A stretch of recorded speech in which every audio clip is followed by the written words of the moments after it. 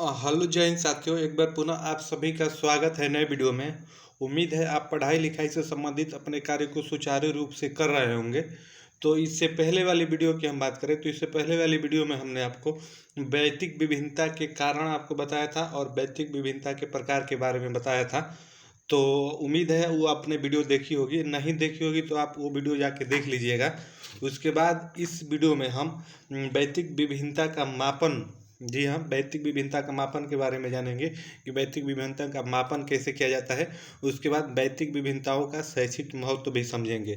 तो ये हमारी सुपर टेट की परीक्षा को मद्देनजर रखते हुए सिलेबस के अकॉर्डिंग ये हमारे मनोविज्ञान की तीसरी वीडियो है। इससे 2 वीडियो हमने पहले डाली हुई है, तो अभी तक वो आपने नहीं देखा है तो आप वहाँ पे जाके देख लीजिएगा। आइए इस वीडियो में चर्चा करते हैं वैयक्तिक विभिन्नता के मापन के बारे में। पहले अच्छे से देख और समझ लेते हैं। तो वैयक्तिक विभिन्नता के मापन के अंतर्गत देखेंगे तो सबसे पहले अवलोकन की बात की जाती है। तो अवलोकन के अंतर्गत आप देखेंगे होता ये है कि गुणों के मापन की यह प्राचीन विधि है जो अवलोकन विधि है, यानी देख के, समझ के, छू के अपने आप को उसके प्रति ढालना। तो उसी को कहा गया है कि गुणों की मापन की यह प्राचीन विधि है। कोई एक व्यक्ति दूसरे के व्यवहार को देखकर गुणों का पता लगाया जा सकता है। जी हाँ, इसमें कहने का मतलब ये है कि जैसे कोई व्यक्ति है, सामने वाला, उसको देख के, उसको समझ के उसका गुणों को पता लगाया जा सकता है। इसी को अवलोकन विधि कहते हैं। तो आप आगे इसमें देखेंगे, इसमें आपका बताया गया है कि इस विधि से छोटे बच्चे, अनपढ़ व्यक्तियों, दिव्यांग और भाषा भाषी लोगों के बीच में अंतर का मापन किया जा सकता है। अर्थात कहने का मतलब ये है कि इस विधि के द्वारा आप देखेंगे जो छोटे बच्चे होते हैं, जो अनपढ़ व्यक्ति होते हैं, जो दिव्यांगजन होते हैं, उनमें भाषा भाषी, अलग अलग भाषा के जो लोग होते हैं, उनके बीच में अंतर को स्पष्ट किया जाता है आपके अवलोकन के द्वारा। तो इस प्रकार से आपका ये है, उम्मीद है आपको समझ में आया होगा। आइए वही आगे परीक्षण की बात करें। इसमें देखेंगे आपका होता है गुणों का परीक्षण करके भिन्नता को जानना ही आप देखेंगे परीक्षण कहलाता है। गुणों का परीक्षण करके भिन्नता को जानना, अर्थात जो आपके गुण हैं, व्यक्ति के अंदर कौन से गुण हैं, बच्चे के अंदर कौन से गुण हैं, उसका परीक्षण करके उसके अलग अलग विभिन्नताओं को जानना ही आप देखेंगे परीक्षण कहलाता है। जैसे बुद्धि परीक्षण, प्रत्येक बच्चा में आप देखेंगे अलग अलग प्रकार की बुद्धि होती है। किसी की बुद्धि लब्धि तेज होती है, किसी की कम होती है, कोई मंद होता है, कोई तीव्र होता है। तो इस प्रकार से है। उसके बाद आपका एक उपलब्धि परीक्षण होता है, बच्चे ने कितनी उपलब्धि हासिल की है, आपको ये भी परीक्षण के माध्यम से जानना होता है। तो इस प्रकार से आपका ये है। उम्मीद है ये भी आपको समझ में आया होगा। आइए तीसरे बिंदु मापने की बात कर लेते हैं। तो गुणों को मात्रा के रूप में विवरण दिया जाता है। जो आपके गुण होते हैं, जो बच्चे के अलग अलग, बच्चे में अलग अलग गुण होते हैं, उनके मात्रा के रूप में उसका वितरण किया जाता है। इसे ही आप देखेंगे मापनी कहते हैं। अगर आप उदाहरण से समझिए इसे, रुचि मापने के लिए अगर आपकी बात की जाए, बच्चे की रुचि मापने के लिए किसका प्रयोग किया जाता है, तो आप देखेंगे कि रुचि मापने यंत्र का प्रयोग किया जाता है। वही अभिवृत्ति की बात की जाए तो अभिवृत्ति मापने के लिए आप देखेंगे अभिवृत्ति मापने का प्रयोग किया जाता है। तो इस प्रकार से आप इसे ध्यान में रखेंगे। आइए अगले पॉइंट को देख लेते हैं, व्यक्ति इतिहास विधि। जी हाँ, एक व्यक्ति इतिहास विधि है, आप देखेंगे आपके वैयक्तिक विभिन्नता के मापन के अंतर्गत। तो इसमें आप देखेंगे व्यक्तियों के जीवन, जो भी व्यक्ति होते हैं, व्यक्तियों के जीवन के इतिहास के बारे में जानकर व्यक्तिगत भिन्नताओं का पता लगाया जाता है। अर्थात इसमें कहने का मतलब ये है, कोई भी व्यक्ति है, कोई भी बच्चा है, उसके बैक में यानी पीछे उसके क्या हुआ है इतिहास में, उसके बारे में जानना और उसके भिन्नताओं को पता लगाना कि वो बैक में इतिहास में कैसा रहा है, उसकी बुद्धि लब्धि कैसी रही है, कम रही है, ज़्यादा रही है, मीडियम रही है, मध्यवर्गीय रहा, किस प्रकार का रहा है उसकी बुद्धि लब्धि, इसके बारे में विभिन्नताओं को पता लगाना ही आप देखेंगे व्यक्ति इतिहास विधि के अंतर्गत आता है। इसके बाद आगे इसमें बात करें तो आप देखेंगे कि इससे न सिर्फ भिन्नता का ज्ञान होता है, व्यक्ति कारणों का पता लगाकर सकारात्मक किया जाता है। अर्थात अगर कोई भी बच्चे को आपको सुधारना है, जैसे कोई बच्चा उड़ंद है, अगर आपको उसमें उसके व्यवहार में परिवर्तन लाना है तो सबसे पहले आपके उसके बैक में जाके, इतिहास में जाके, उसके बचपन में क्या हो उसके बारे में आपको जानना पड़ेगा कि उसके बचपन में कैसा कैसा बीता है, किन कारणों से वो इस प्रकार का हुआ है। तो जब तक आप उसके कारणों को नहीं जानेंगे तो आप उसमें सकारात्मक परिवर्तन नहीं करेंगे। तो अर्थात कहने का मतलब यही है व्यक्ति इतिहास विधि में कि आपको व्यक्ति के इतिहास में जाके उसके भिन्नताओं को पता लगाना है, उसके बाद आप उसमें सकारात्मक परिवर्तन कर सकते हैं। उम्मीद है आपको ये भी समझ में आया होगा। आइए अगले को देख लेते हैं, एक संचयी अभिलेख विधि। जी हाँ, संचयी अभिलेख विधि भी ये भी काफ़ी महत्वपूर्ण हो जाता है। आप देखेंगे इसमें आपका क्या होता है, इसमें आप देखेंगे कि गलत ने शैक्षिक प्रगति के संबंधित में महत्वपूर्ण सूचनाएं प्राप्त होती है। तो आप बस इसमें इतना ही जान लीजिए कि जो आपका बालक होता है, ये बालक है, बालक के शैक्षिक प्रगति के संबंध में महत्वपूर्ण सूचना आपकी संचयी अभिलेख विधि में प्राप्त होती है।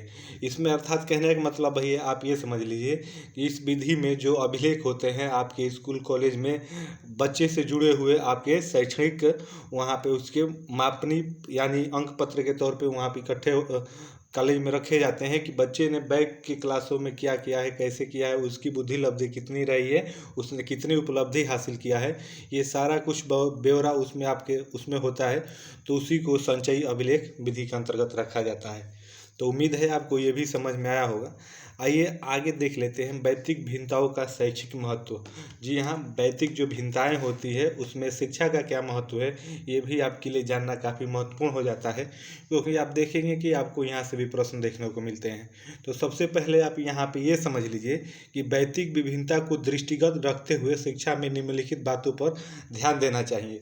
अगर आपको व्यक्तिक भिन्नताओं में शिक्षा का महत्व को समझना है तो आपको निम्नलिखित बातों पर ध्यान देना होगा, तभी जाके आप देखेंगे शैक्षिक महत्व को व्यक्तिक भिन्नता के अंतर्गत आप बच्चे में समझ को विकसित कर सकते हैं, बच्चे में समझ स्थापित कर पाएंगे।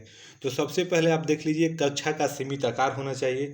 जी हाँ, व्यक्तिक विभिन्नताओं में शिक्षा का महत्व इसलिए है जब तक आप कक्षा का आकार या सीमित आकार नहीं रखेंगे, अर्थात कहने का मतलब ये है कि कक्षा में छात्रों की संख्या बहुत अधिक हो जाने पर अध्यापक अपने आप छात्रों से आप देखेंगे व्यक्तिगत संपर्क नहीं कर पाता है। अर्थात इसमें कहने का मतलब ये है कि जो शिक्षक छात्र अनुपात बनाया गया है आपके शिक्षा प्रणाली के द्वारा, अगर उस अनुपात से आपके ज़्यादा बालक हो जाएंगे कक्षा में तो आप देखेंगे कि एक जो टीचर होता है सभी बच्चों से व्यक्तिगत रूप से मिल नहीं पाता है, बात नहीं कर पाता है। तो इस प्रकार से वे बच्चे के लिए भी हानिकारक है, तो ऐसा नहीं होना चाहिए। उसके बाद आगे देखेंगे, और ना ही व्यक्तिगत भिन्नताओं को समझ पाता है। जब तक टीचर प्रत्येक बच्चों से अलग अलग व्यक्तिगत रूप से मिलेगा नहीं तो बच्चों के व्यक्तिगत भिन्नता को कैसे समझ पाएगा कि कौन बच्चा किस क्षेत्र में अलग है। क्योंकि आप इसमें ये देखेंगे कि प्रत्येक बच्चा हर क्षेत्रों में आगे नहीं होता है। कोई बच्चा आपका पढ़ने में आप देखेंगे अच्छा होगा तो खेलने में रुचि उतनी नहीं दिखाएगा, जो बच्चा खेलने में आगे होगा पढ़ाई में रुचि नहीं दिखाएगा। अर्थात कहने का मतलब ये है कि प्रत्येक बच्चे की अलग अलग रुचि होती है, और रुचि के हिसाब से आप देखेंगे अलग अलग भागों में उसका अवलोकन आप तभी कर पाएंगे जब आपकी कक्षा सीमित होगी, सभी बच्चों से व्यक्तिगत आप मिल पाएंगे। तो कक्षा का सीमित आकार रहना काफ़ी महत्वपूर्ण है, यही इसमें आपके लिए महत्वपूर्ण है। उसके बाद आइए देखते हैं पाठ्यक्रम में भिन्नता। इसको आप पहले देख लीजिए, सभी छात्रों में एक समान पाठ्यक्रम का अध्ययन करने की क्षमता नहीं होती है। अर्थात इसमें कहने का मतलब ये है कि कोई भी कक्षा हो, नर्सरी की कक्षा हो या उससे ऊपर की कक्षा हो, उच्च की कक्षा हो या प्राथमिक लेवल की कक्षा, किसी भी कक्षा में आप देखेंगे अलग अलग व्यक्तिक भिन्नता रखने वाले बच्चे आपके कक्षा में शामिल होते हैं, और सभी बच्चों के लिए आप देखेंगे एक ही पाठ्यक्रम निर्धारित किया जाता है। तो सभी बच्चों में उस पाठ्यक्रम को समझने की क्षमता अलग अलग होती है। आप देखेंगे कि कोई बच्चा उसी पाठ्यक्रम को जल्दी समझ लेता है, कोई देर से समझता है, कोई और ज़्यादा देर से समझता है। तो इस प्रकार से सभी बच्चों के लिए आप सामान्य पाठ्यक्रम नहीं रख सकते। बच्चों के रुचि के हिसाब से उनको अलग अलग क्षेत्रों में, जो जिस क्षेत्र में रुचि रखता है आपको उस क्षेत्र में एक टीचर के तौर पे आपको आगे बढ़ाना है। तो ये रहे आपके व्यक्तिक भिन्नताओं से शैक्षिक व्यक्तिक भिन्नताओं का जो शिक्षा में महत्व है वो आपको मैंने बता दिया। उसके बाद आपको व्यक्तिक भिन्नता के मापन के बारे में बता दिया, जो आपके लिए अवलोकन के द्वारा किया जाता है, परीक्षण के द्वारा किया जाता है, मापनी के द्वारा किया जाता है, व्यक्ति इतिहास विधि के द्वारा किया जाता है, संचयी अभिलेख विधि के द्वारा किया जाता है। तो ये रहे उसके महत्वपूर्ण लक्षण। और इससे अगली वाली वीडियो में हम आपको शिक्षण विधियों के बारे में बताएंगे। तो उम्मीद है आपको ये सब अच्छे से समझ में आया होगा, और इससे पहले वाली वीडियो आप ज़रूर जाके देख लीजिएगा। और अभी तक आपने हमारे चैनल को सब्सक्राइब नहीं किया है तो चैनल को सब्सक्राइब करके हमसे जुड़ जाइए, ताकि आपको सारी वीडियो सीक्वेंस में मिलती रहे, जैसे आपकी तैयारी अच्छे रूप में होती रहेगी। तो फिर मिलते हैं आपसे नेक्स्ट वीडियो में, तब तक के लिए आप सभी को जय हिंद, धन्यवाद।